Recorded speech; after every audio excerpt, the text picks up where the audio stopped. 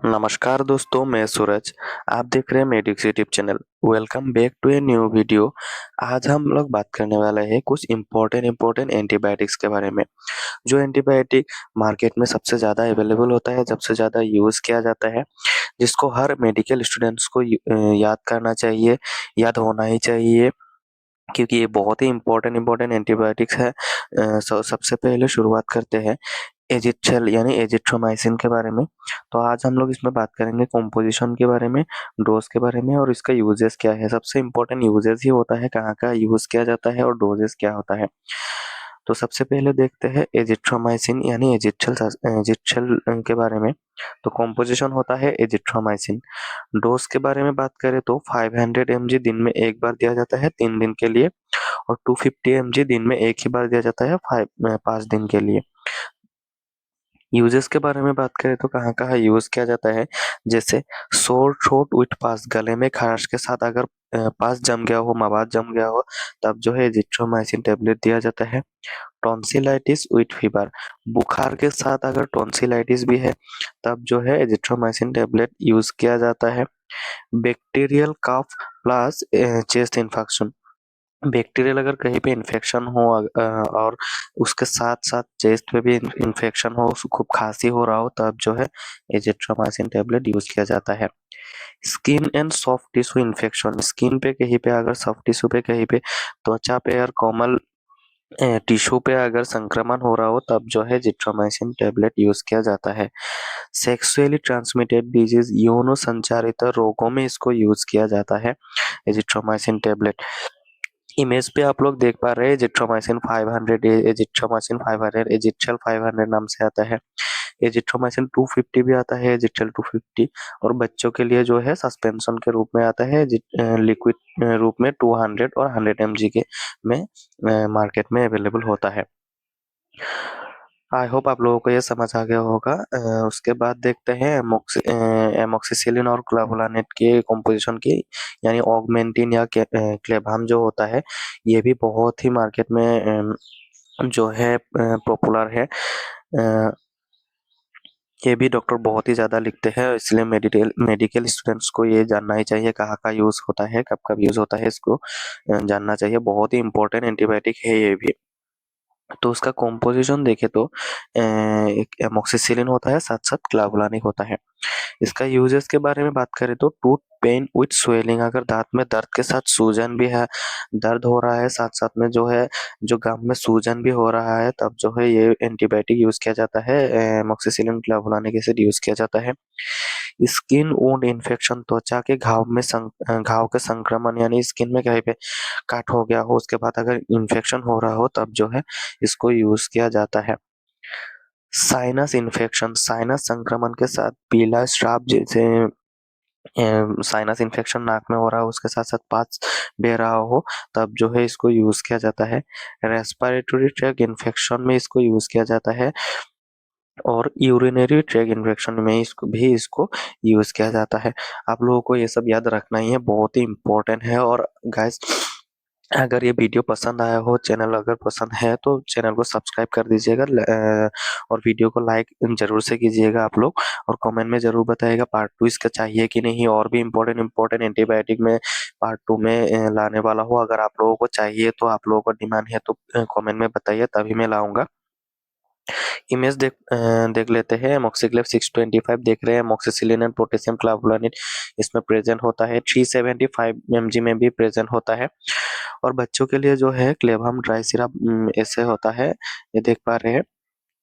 225 mg का dry syrup होता है, ये सब ड्राई सिरप बच्चों के लिए जो है अवेलेबल।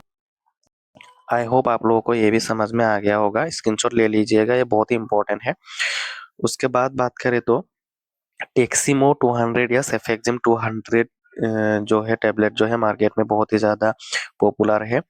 तो उसका कॉम्पोजिशन देखें तो सेफेक्सिम कॉम्पोजिशन में होता है, सेफेक्सिम कॉम्पोजिशन का होता है। कहाँ-कहाँ यूज़ किया जाता है तो टाइफाइड फीवर में इसको यूज़ किया जाता है। टाइफाइड फीवर अगर किसी पेशेंट को हो गया हो, तब जो है सेफेक्सिम टैबलेट यूज़ किया जाता है। पेशाब में जलन और साथ-साथ बुखार अगर हो रहा हो, यानी फीवर के साथ-साथ अगर यूरिन में जो है सेंसेशन हो रहा हो, बर्निंग हो रहा हो, तब जो है इसको यूज किया जाता है। एयर पेन विद डिस्चार्ज मतलब कान में अगर दर्द हो रहा हो उसके साथ साथ अगर पास बह रहा हो तब भी सेफिक्सिम टेबलेट यूज किया जाता है। रेस्पिरेटरी ट्रैक्ट इन्फेक्शन में इसको यूज किया जाता है। सेक्सुअली ट्रांसमिटेड इन्फेक्शन में यौन रूप से संक्रामित संक्रमण में भी इसको यूज किया जाता है। तो ये सब जो है यूजेस आप लोगों को याद रखना ही रखना है, बहुत ही इंपॉर्टेंट है ये यूजेस। हम लोग इमेज में देखें तो सेफिक्सिम 200 टेक्सिमो 200 नाम से आता है, देख पा रहे हैं। टेक्सिमो ड्राई सिरप भी आता है, बच्चों के लिए ड्राई सिरप आता है क्योंकि टेबलेट तो ले नहीं सकते, तो बच्चों के लिए जो है ड्राई सिरप आता है। टेक्सिमो 400 mg में भी ये अवेलेबल है, स्क्रीनशॉट ले लीजिएगा गाइस।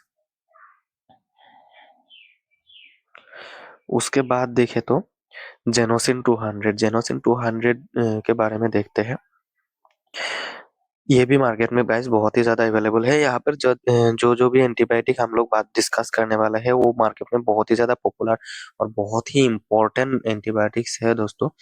रेगुलर डेली लाइफ में जो है पेशेंट को अगर यूज़ किया जाता है मेडिकल में तो यही इम्पोर्टेंट है, यही यूज़ किया जाता है। इसको याद रख लिया तो बहुत ही एंटीबायोटिक नॉलेज आप लोगों का बढ़ जाएगा।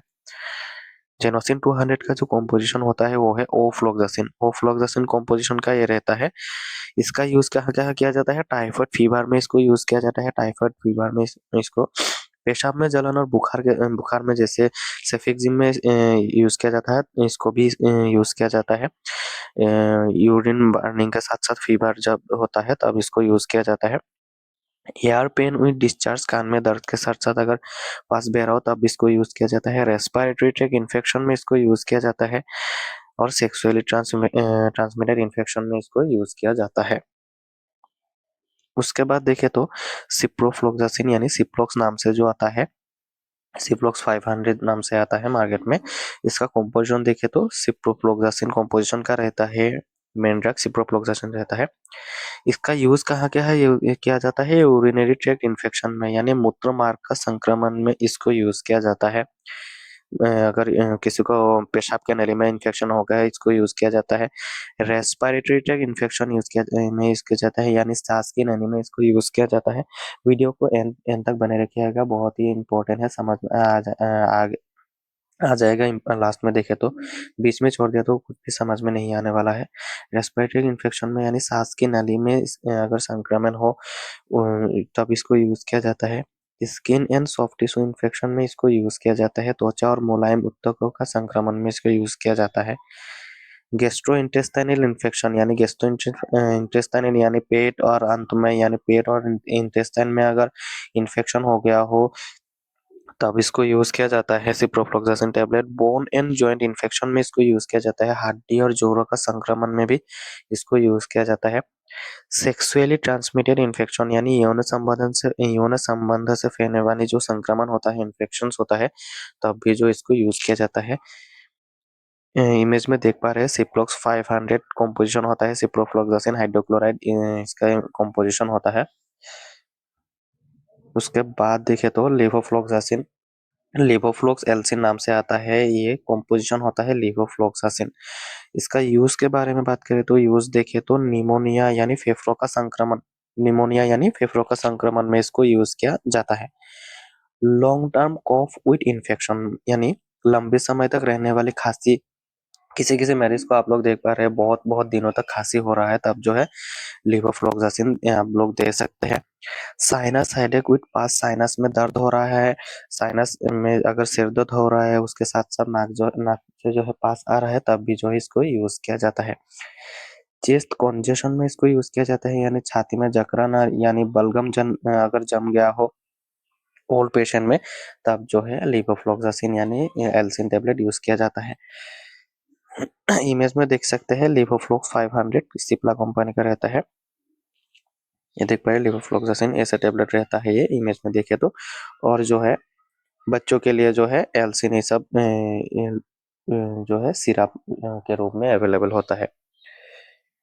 उसके बाद देखे तो विब्रामाइसिन या डॉक्सीसिब टेबलेट के बारे में देखें तो उसका कंपोजिशन होता है डॉक्सीसाइक्लिन। डॉक्सीसाइक्लिन भी बहुत ही इंपॉर्टेंट एंटीबायोटिक है। इसका यूज कहाँ कहाँ किया जाता है? एक्ने एंड पिंपल्स में किया जाता है, यानी मुसाही और दाने में जो है होता है उसमें इसको डॉक्सीसाइक्लिन टेबलेट यूज किया जाता है। उसके साथ साथ चेस्ट एंड थ्रोट इन्फेक्शन यानी छाती और गले का संक्रमण में इसको यूज किया जाता है। यूरिन इन्फेक्शन में इसको यूज किया जाता है, यानी पेशाब का संक्रमण में भी इसको यूज किया जाता है। सेक्सुअली ट्रांसमिटेड इन्फेक्शन जिससे क्लेमाइडिया में इसको यूज किया जाता है, यौन संबंध से फैलने वाला संक्रमण जिसे क्लेमाइडिया में इसको यूज किया जाता है। आई इन्फेक्शन में भी कभी कभी यूज किया जाता है, यानी आंखों का संक्रमण अगर हो रहा हो, किसी को आई में इन्फेक्शन हो, तब जो है इसको यूज किया जाता है। इमेज में आप लोग देख पा रहे हैं विब्रामाइसिन टेबलेट 100 mg में रहता है डॉक्सीसाइक्लिन का, और डॉक्सीसिब 100 mg में इसको दिया जाता है। दिन में 2 बार दे सकते हैं इसको, सुबह शाम खाने के बाद। उसके बाद देखें तो मेट्रोजिल टेबलेट के बारे में देखें तो मेट्रोजिल भी बहुत ही इंपॉर्टेंट टेबलेट होता है। उसके कॉम्पोजिशन होता है मेट्रोनिडाजोल, कॉम्पोजिशन का होता है मेट्रोनिडाजोल।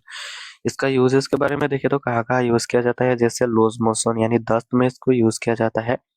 स्टोमक इन्फेक्शन में इसको यूज किया जाता है, यानी पेट का संक्रमण में इसको कभी कभी यूज किया जाता है। टूथ इन्फेक्शन में इसके यूज किया जाता है। दांत का संक्रमण में भी दोस्तों इसको मेट्रोजिल टेबलेट यानी मेट्रोनिडाजोल टेबलेट यूज किया जाता है। वेजाइनल इन्फेक्शन में यानी योनि का संक्रमण में, महिलाओं में योनि का संक्रमण में इसको यूज किया जाता है। इंटेस्टाइनल इन्फेक्शन यानी आंतों का संक्रमण में भी इसको जो है मेट्रोनिडाजोल टेबलेट यूज किया जाता है। वुंड इन्फेक्शन यानी घाव का संक्रमण में इसको यूज किया जाता है, और लिवर एब्सेस यानी लिवर में अगर फोड़ा हो गया हो तब भी इसको यूज किया जाता है। तो मेट्रोजिल टेबलेट बहुत ही इंपॉर्टेंट टेबलेट होता है। इसको इमेज में देखो तो फ्लेजाइल 400 नाम से भी आता है, मेट्रोजिल 400 नाम से भी मार्केट में अवेलेबल होता है, देख पा रहे हैं ऐसा टेबलेट रहता है। और जो है बच्चों के लिए जो है ये सब सिरप के रूप में यानी सस्पेंशन के रूप में अवेलेबल होता है। आई होप आप लोगों को ये भी समझ में आ गया होगा। आगे बढ़ते हैं। उसके बाद जो है सेफुरोक्सिन यानी सेफाकन 500 नाम से जो मार्केट में अवेलेबल होता है, सेटिल 500 या सेफाकन 500, ये भी टेबलेट बहुत ही ज़्यादा इम्पोर्टेंट होता है। इसका कॉम्पोजिशन देखें तो कॉम्पोजिशन क्या होता है, सेफुरोक्सिम एक्जेटिल कॉम्पोजिशन का होता है ये टेबलेट, सेफुरोक्सिम एक्जेटिल होता है इसमें। इसका यूज़ कहाँ कहाँ किया जाता है, जैसे throat, sinus and ER infection में यूज किया जाता है, यानी गला, साइनस और कान का संक्रमण में जो है सेफुरोक्सिम एक्जेटिल टेबलेट यूज किया जाता है। छाती और लंग इन्फेक्शन यानी ब्रोंकाइटिस और निमोनिया जैसे बीमारियों में इसको यूज किया जाता है। छाती और फेफड़ों का संक्रमण जैसे ब्रोंकाइटिस और निमोनिया में इसको यूज किया जाता है। देख पा रहे हैं दोस्तों, हिंदी और इंग्लिश दोनों ही भाषा में मैं समझा रहा हूँ आप लोगों का। आई होप आप लोगों को समझ में आ रहा होगा। कमेंट में आप लोग जरूर बताइएगा आप लोग कमेंट में कैसा समझ में आ रहा है कि नहीं। यूरिन इन्फेक्शन में इसको यूज किया जाता है, यानी पेशाब का संक्रमण में भी इसको यूज किया जाता है। Skin and soft tissue infection यानी त्वचा और मुलायम ऊतकों का संक्रमण में भी जो है सेफुरोक्सिम एक्जेटिल यूज किया जाता है। उसके बाद देखें तो सेफोडोक्सिम यानी गाटसेफ इंजेक्शन, गाटसेफ टेबलेट कहाँ कहाँ यूज किया जाता है। उसका कॉम्पोजिशन देखें तो सबसे पहले इसका कॉम्पोजिशन होता है सेफोडोक्सिम प्रोक्जेटिल, इसका कॉम्पोजिशन होता है सेफोडोक्सिम प्रोक्जेटिल। इसका यूजेस देखें तो यूजेस कहाँ कहाँ किया जाता है, थ्रोट, साइनस और एयर इन्फेक्शन यानी गला, साइनस और कान का संक्रमण में इसको यूज किया जाता है। चेस्ट और लंग इन्फेक्शन में भी इसको यूज किया जाता है, जैसे कि ब्रोंकाइटिस, निमोनिया में इसको यूज किया जाता है। यूरिन इन्फेक्शन में इसको यूज किया जाता है। पेशाब के संक्रमण में इसको यूज किया जाता है।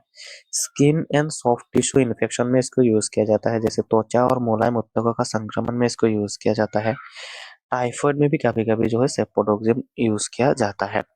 इमेज पे देख पा रहे हैं गाटसेफ 200 नाम से आता है, गाटसेफ 200 सेफोडोक्सिम प्रोग्रेजिल टेबलेट, और जो है बच्चों के लिए, किड्स के लिए जो है ड्राई सिरप के रूप में अवेलेबल है।